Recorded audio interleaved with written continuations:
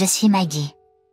Je suis employée d'une entreprise et j'ai 29 ans. Je me suis mariée avec mon mari, William, cette année. Après avoir daté pendant plus de 2 ans, nous avons commencé notre vie de mariage dans l'appartement où je vivais depuis mes jours de célibataire. Cet appartement était un cadeau de mon père quand j'ai décroché mon emploi. À la maison, mon frère et sa femme ont décidé de vivre avec nos parents. Alors j'ai décidé de déménager et de faire un pas de plus dans ma vie lorsque j'ai obtenu un emploi. Mon père, qui n'était pas short sur l'argent, m'a acheté un appartement près de notre maison familiale. Je ne sais pas s'il voulait m'aider si j'en avais jamais besoin ou s'il voulait me garder près. Mais dans tous les cas, j'ai pu vivre dans un merveilleux appartement. Mon mari a l'habitude de vivre dans un petit appartement, mais il était trop petit pour nous deux. Mon appartement était spacieux et sans loyer. Donc dès que nous avons décidé de nous marier, il a immédiatement déménagé. La première fois que j'ai visité la maison familiale de mon mari dans une région lourde de neige, c'était en hiver. J'ai été stupéfaite par la quantité de neige et de froid. Ayant grandi en ville, la maison familiale de mon mari était un tout nouveau monde pour moi. À la maison de mon mari, ma belle-mère et mon beau-frère vivaient dans une maison ancienne qui semblait sortir d'un conte de fées. Dans le passé, quand mon beau-père était en vie, ils vivaient comme des fermiers à temps partiel. Il n'y avait que des champs autour de leur maison, et les maisons des voisins étaient un peu loin. Ce qui m'a encore plus surprise, c'est que les toilettes et la salle de bain étaient situées à l'extérieur de la maison. Je pensais pouvoir le tolérer si je venais de temps en temps. Mais je sentais que vivre là-bas pendant une longue période serait gênante et difficile. Surtout en hiver, quand il neige et qu'il fait froid. Cela prend du courage d'aller aux toilettes au milieu de la nuit. Après la douche aussi, je sentais que je pourrais attraper froid à cause de la baisse des températures. Lorsque je suis allée les saluer pour notre mariage, je ne suis pas restée pour la nuit. Donc je ne savais pas les ennuis de la douche, mais le toilette était honnêtement difficile. Cependant, ma belle-mère et mon beau-frère étaient très gentils, et je me sentais soulagée. Bien que nous ne vivions pas ensemble, nous devenons une famille, et je voulais construire une relation harmonieuse avec eux. Cependant, quelque chose me dérangeait. Ma belle-mère me saluait toujours avec un sourire, mais quand elle était seule dans une pièce avec mon mari, elle avait l'air de murmurer des plaintes pour quelque chose. Ce qui m'inquiétait encore plus, c'était que mon beau-frère avait été marié auparavant, mais avait divorcé après environ 1 an, et mon mari ne me disait pas les détails. Les détails là-bas pourraient être divers problèmes dans une relation conjugale, mais comme mon mari ne parlait pas du divorce de son frère, je ne pouvais pas lui poser de questions persistantes. À notre mariage, ma belle-mère avait un grand sourire, alors mon père m'a dit, « Ce n'est pas génial? Votre belle-mère a l'air très gentille. » J'ai souri à mon père, mais ma mère avait une opinion légèrement différente. Mais même si elle sourit devant les autres, elle avait l'air grincheuse quand elle pensait que personne ne regardait. Faites attention, elle pourrait être double face. Ma mère m'a conseillé, mais je croyais qu'il n'y aurait pas de problème à moins que nous vivions ensemble. En effet, nous avons commencé notre vie conjugale dans l'appartement heureux, sans souci. Cependant, 3 mois après notre mariage, mon mari a commencé à me refiler toutes les tâches ménagères et à prendre des décisions unilatéralement. Nous travaillions tous les deux, et nous nous étions promis de partager les tâches ménagères, mais il a commencé à se relâcher. Au début, il aidait à nettoyer la salle de bain, et quand je rentrais tard, il préparait le dîner. Mais récemment, il est devenu réticent à nettoyer. Et la préparation du dîner est devenue ma responsabilité. Si je rentre tard et commence à cuisiner, il s'énerve parfois en disant « Dépêche-toi et fais-le. J'ai faim de travailler. J'ai faim de travailler. » Je rentre aussi fatiguée et affamée du travail et me retrouve souvent à préparer le dîner en étant irritée. Mais plus que cela, je suis contrariée qu'il décide de tout par lui-même. Il y avait peut-être des signes avant notre mariage, mais peut-être que je me suis trompée et que je l'ai pris pour un homme décisif et fiable. Peu de temps après notre mariage, un mobilier et un canapé sont arrivés soudainement chez nous. J'ai été choquée et j'ai demandé à mon mari, « Qu'est-ce que c'est que ça? Où comptes-tu mettre ce canapé et ce mobilier ?» Mon mari a répondu avec un sourire, « Je ne ressens plus l'ambiance de cette pièce. » Donc, j'ai pensé à remplacer le mobilier par des pièces qui correspondent à mon goût. Il voulait se débarrasser de tout le mobilier que j'avais choisi et changer l'ambiance de la pièce avec du mobilier qui correspondait à son propre goût.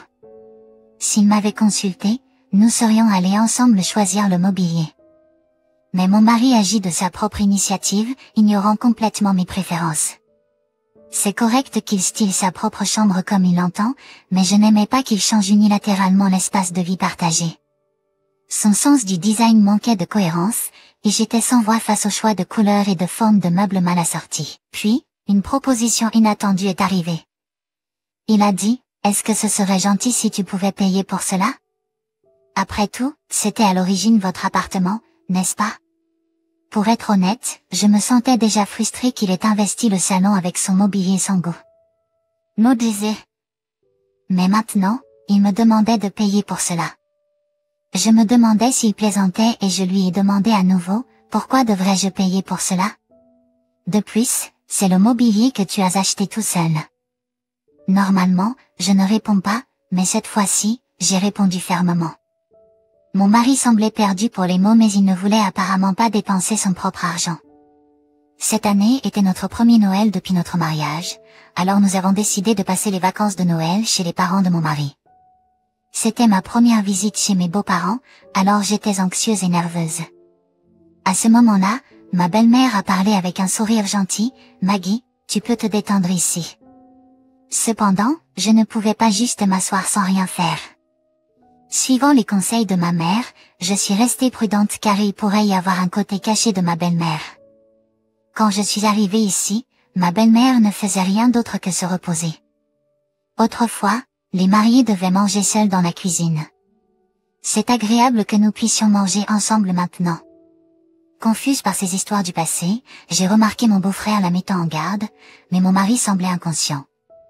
Après avoir subi des remarques sarcastiques de ma belle-mère, j'ai proposé de nettoyer après le dîner.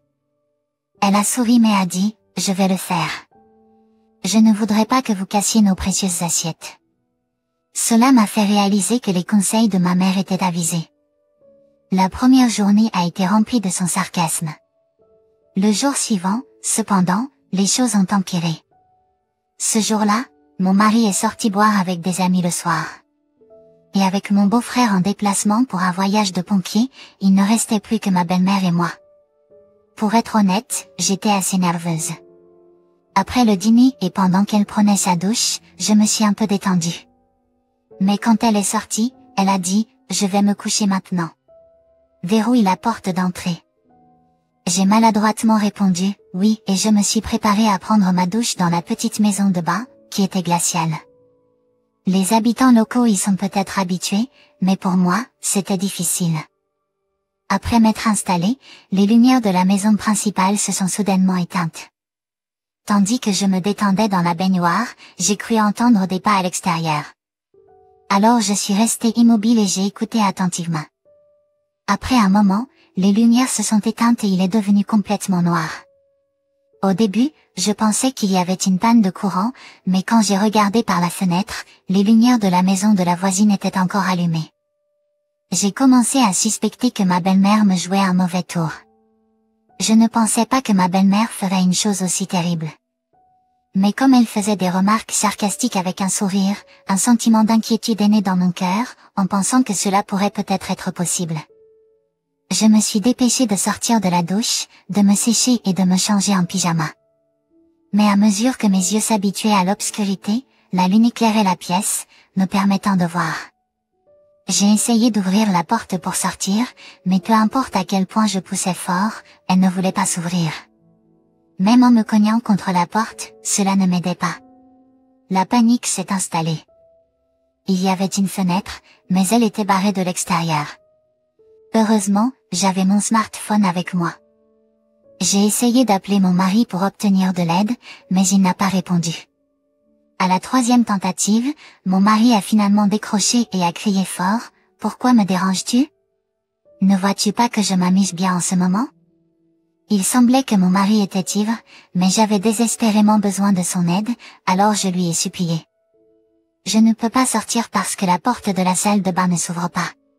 S'il te plaît, viens ici tout de suite. » Cependant, il semblait qu'il ne comprenait pas ou qu'il s'en fichait, car il a répondu de manière vague, « C'est de ta faute si tu as pris une douche à cette heure.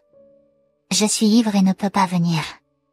Bonne nuit. » Après qu'il ait raccroché, j'ai essayé de l'appeler plusieurs fois, mais il semblait qu'il avait éteint son téléphone. J'ai envisagé de contacter la police ou les pompiers, mais je pensais que cela devrait être un dernier recours. J'hésitais à le signaler à la police parce que j'avais peur que ma belle-mère soit en colère. Tout d'abord, j'ai essayé de trouver un moyen de m'échapper par moi-même. Je me suis dit, peut-être qu'en criant à la fenêtre de la salle de bain, quelqu'un qui passe pourrait remarquer. Cependant, la fenêtre était gelée. Mon mari avait mentionné que les tuyaux gelaient parfois. Si je devais être coincée ici toute la nuit, je pourrais mourir de froid. Au moment même où j'allais reluctanter appeler la police, j'ai entendu une voix de l'extérieur. Le disjoncteur a-t-il sauté et les lumières sont-elles éteintes? Bonjour, y a-t-il quelqu'un à l'intérieur? Entendre cette voix m'a apporté un soulagement. J'ai entendu des coups à la porte, me rendant compte que quelqu'un dehors essayait de m'aider. Et bientôt, la porte était ouverte. Je remerciai l'homme âgé. Il soupira et dit, elle n'apprend jamais, n'est-ce pas? Essayant de tourmenter sa belle-fille encore. Cette voisine était une voisine de la maison familiale de mon mari.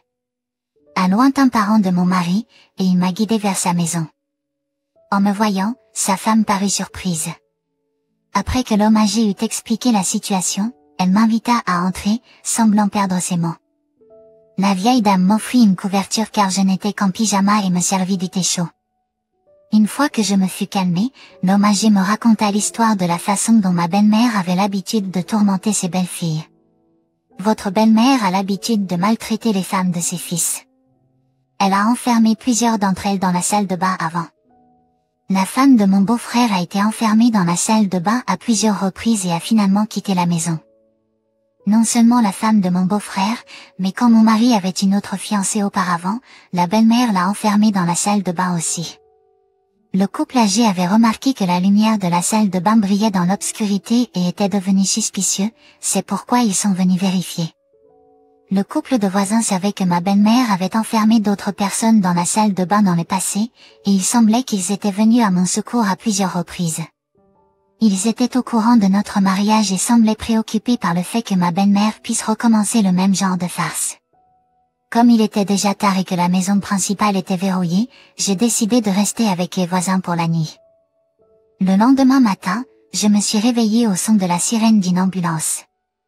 En regardant rapidement par la fenêtre, j'ai vu une ambulance arriver à la maison de mes beaux-parents, et mon mari se tenait immobile près de la salle de bain détachée. Je me suis dirigée dans cette direction aussi. Je pensais que mon mari avait peut-être cru à tort que je serais toujours coincée dans la salle de bain et avait appelé l'ambulance. Bien sûr, personne n'était dans la salle de bain. Je me suis sentie désolée pour les ambulanciers qui avaient été appelés à cause de l'erreur de mon mari. Lorsque je me suis approchée de mon mari, il a commencé à crier dès qu'il a vu mon visage. Pourquoi ma mère est-elle allongée là? Ne m'avais-tu pas dit que tu étais coincée dans la salle de bain? Choquée par ces mots, j'ai jeté un coup d'œil dans la salle de bain et j'ai pu voir une silhouette allongée avec les bras et les jambes écartés. La femme à qui les ambulanciers parlaient s'est assise, touchant l'arrière de sa tête. Il semblait qu'elle n'était pas en danger de mort, et de sa silhouette, je l'ai reconnue comme étant ma belle-mère. Je ne comprenais pas pourquoi elle était là, mais l'un des ambulanciers m'a expliqué. La réponse d'un autre ambulancier, expliquant la situation avec la belle-mère, devrait être ajoutée ici. Il semble qu'elle se soit cognée la tête et ait perdu connaissance. Nous allons l'emmener à l'hôpital pour des examens. Il semble qu'elle ait glissé sur du savon qui était sur le sol et s'est cognée la tête. Dans ma panique lorsque les lumières se sont éteintes, j'ai peut-être renversé des choses comme du savon sur le sol. Je n'ai pas pu l'essuyer dans l'obscurité, et il semble que ma belle-mère ait glissé sur ce savon. Dans la matinée précoce, elle est probablement entrée dans la salle de bain pour vérifier si je allais bien et a glissé et est tombée à cause du savon. Alors que ma belle-mère était transportée sur une civière, elle m'a dévisagé avec un regard sévère. Lorsque mon mari a été emmené à l'hôpital en ambulance, les voisins se sont approchés et m'ont parlé. Je suis heureuse que rien ne vous soit arrivé. C'est une punition divine pour les persécutions que vous avez subies en tant que belle-fille, je vous ai remercié à nouveau, réalisant que si ce n'était pas pour le vieil homme, j'aurais pu être celui dans l'ambulance. Je me suis changée rapidement et j'ai informé mon beau-frère que ma belle-mère avait été emmenée à l'hôpital. Il a dit qu'il se rendait tout de suite à l'hôpital. C'est à la porte de la salle de bain que se trouvait un bâton utilisé pour bloquer la porte. C'est pour cela que je ne pouvais pas sortir. L'après-midi, ma belle-mère est rentrée à la maison avec mon mari et mon beau-frère, et elle a dirigé sa colère contre moi. Parce que je suis sortie de la salle de bain sans le lui dire, c'est arrivé. Alors que je réfléchissais à la réponse, mon mari a également montré sa colère. Exactement. Si Maggie était restée dans la salle de bain, ma belle-mère n'aurait pas souffert de cette façon. Cependant, mon beau-frère a contrarié mon mari et ma belle-mère avec colère. Que pensez-vous tous les deux? Arrêtez ce jeu cruel de verrouiller ma belle-sœur dans la salle de bain. Plus tard, mon beau-frère est réapparu avec un sac de voyage et a dit à mon mari et à ma belle-mère, je ne m'occuperai plus de ma mère. Je pars de cette maison. Je ne peux plus le supporter, je demande à mon beau-frère, moi aussi, je pars. Est-ce que tu peux me déposer à la gare la plus proche? Mon mari a essayé désespérément de m'en empêcher. Qui t'a dit que tu pouvais juste partir? Je réponds fermement. Divorçons. Tu m'as aidé quand je t'ai supplié hier? Je préparais les papiers du divorce. Je suis montée dans la voiture de mon beau-frère et il m'a conduite à la gare la plus proche. Il s'est excusé à plusieurs reprises. Je n'aurais jamais pensé que tu souffrirais autant. Ces gens cruels sont maintenant des étrangers pour moi. Je suis rentrée dans mon appartement, j'ai préparé les papiers du divorce et j'ai fait les bagages de mon mari. Il a été choqué de voir ses affaires emballées en rentrant. Pensant que ma mention de divorce était une plaisanterie, voir les papiers du divorce l'a rendu furieux. Il voulait divorcer pour quelque chose d'aussi trivial? Tu n'as pas été blessé, n'est-ce pas? Comme je me suis rendu compte que les mots étaient inutiles avec lui, je lui remettais silencieusement les papiers du divorce. Il a signé à contre-séure.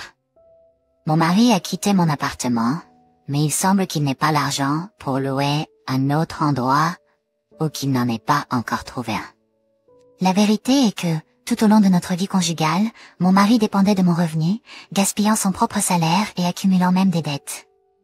Après avoir été expulsé de la maison, mon mari est initialement resté avec un collègue de son entreprise. Cependant, avec le temps, même ce collègue s'est éloigné de lui. Et il semble qu'il ait perdu tous les gens qui étaient disposés à le soutenir. Perdant son domicile, fuyant les huissiers de justice et même perdant son emploi. Mon mari se trouve dans une situation financière très difficile. Ma belle-mère est également devenue l'objet de rumeurs dans le quartier. En disant qu'elle a harcelé sa belle-fille au point du divorce. Elle semble être évitée par les autres, et j'ai entendu de la part de mon beau-frère qu'elle vit une vie de solitude, tout comme mon mari.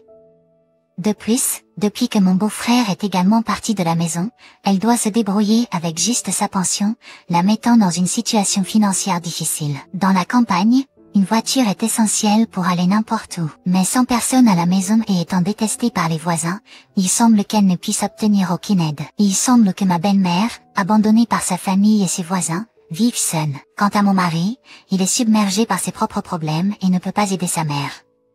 Après le divorce, j'ai disposé du mobilier kitsch que mon mari avait choisi. J'ai commencé une nouvelle vie avec mon mobilier préféré, pleine d'espoir pour un avenir meilleur et à la recherche de nouvelles rencontres positives.